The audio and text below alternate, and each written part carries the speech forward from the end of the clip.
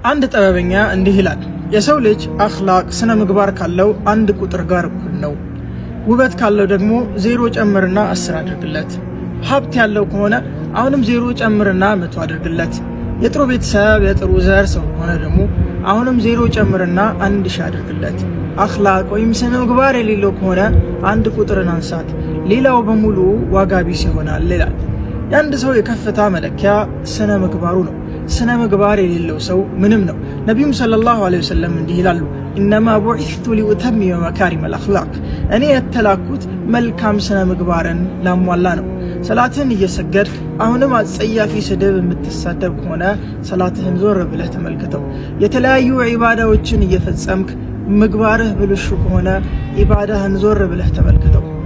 አኽላቅ የሌለው ዒባዳ ስንኩል ዒባዳ ነው። ሰላም አለይኩም።